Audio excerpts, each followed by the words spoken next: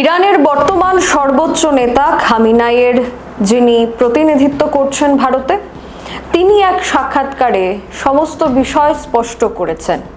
Hormuz প্রণালী বন্ধের কারণ, বর্তমান পরিস্থিতি এবং কি করে ডোনাল্ড ট্রাম্প বিভিন্ন ক্ষেপণাস্ত্র ব্যবহার করে ইরানের মধ্যে যে তেলের মজুদ ভাণ্ডার রয়েছে সেটাকে গোটা দেশের জন্যে, গোটা বিশ্বের জন্যে বন্ধ করে দিতে চাইছেন, যাতে করে একতরফা তিনি প্রত্যেক দেশের ওপর নিজের আধিপত্য বিস্তার করতে পারেন।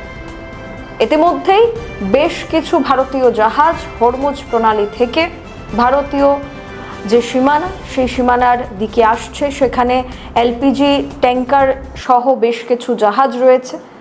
ইতিমধ্যে আমরা দেখেছি গোটা দেশে এলপিজি সংকটের পেছনের মূল কারণ কি ছিল, এবং এই হরমুজ প্রণালী দিয়ে ভারতীয় জাহাজকে ছেড়ে দেওয়া, ভারতীয় জাহাজকে উন্মুক্ত করে দেওয়া, সেই বিষয় নিয়ে যখন প্রশ্ন করা হয় তখন তার উত্তরে ইরানের তরফ থেকে নয়া যিনি সর্বোচ্চ প্রধান খামেনেই রয়েছেন, ওনার প্রতিনিধি দাবি করেন যে ভারত এবং ইরানের সম্পর্ক বন্ধুত্বপূর্ণ ছিল।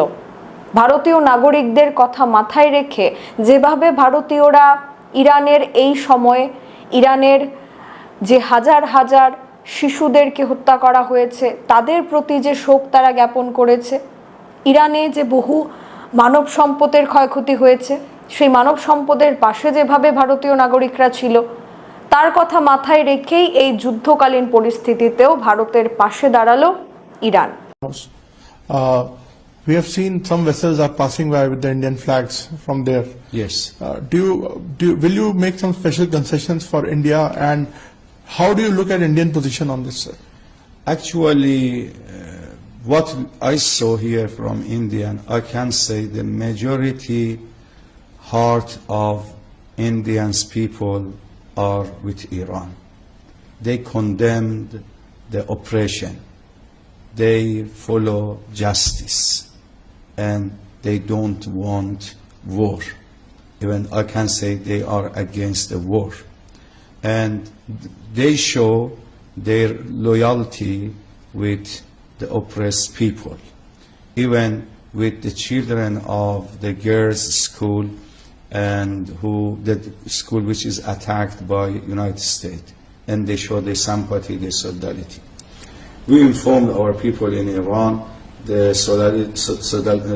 sympathy and solidarity of our brothers and sisters in India, and we said that now also they are suffering from shortage of gas, shortage of petrol, and they have to provide them and help them and support them.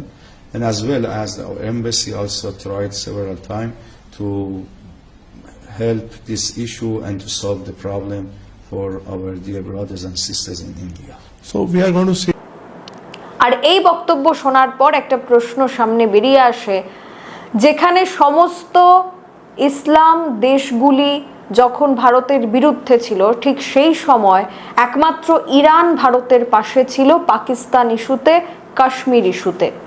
তাহলে কি বর্তমানেও ভারতকে ইরানের পাশে দাঁড়ানো উচিত, নাকি এভাবেই ডোনাল্ড ট্রাম্প আদেশ, পরামর্শ বা অনুমতি দেবেন আর এই ধরনের হুঙ্কার দেবেন যা ভারতীয়দেরকে অপমান করে, যা ভারত সরকারকে অপমান করা বলে? দেখার বিষয় যে ইরানের পক্ষ থেকে এই ধরনের একটা সৌজন্যমূলক বার্তা, একটা মৈত্রীর সম্পর্ক আবারও তৈরি করার যে বার্তা ইরান রেখেছে, তার পরিপ্রেক্ষিতে ভারত সরকারের পক্ষ থেকে তাদের প্রতিক্রিয়া কি থাকে।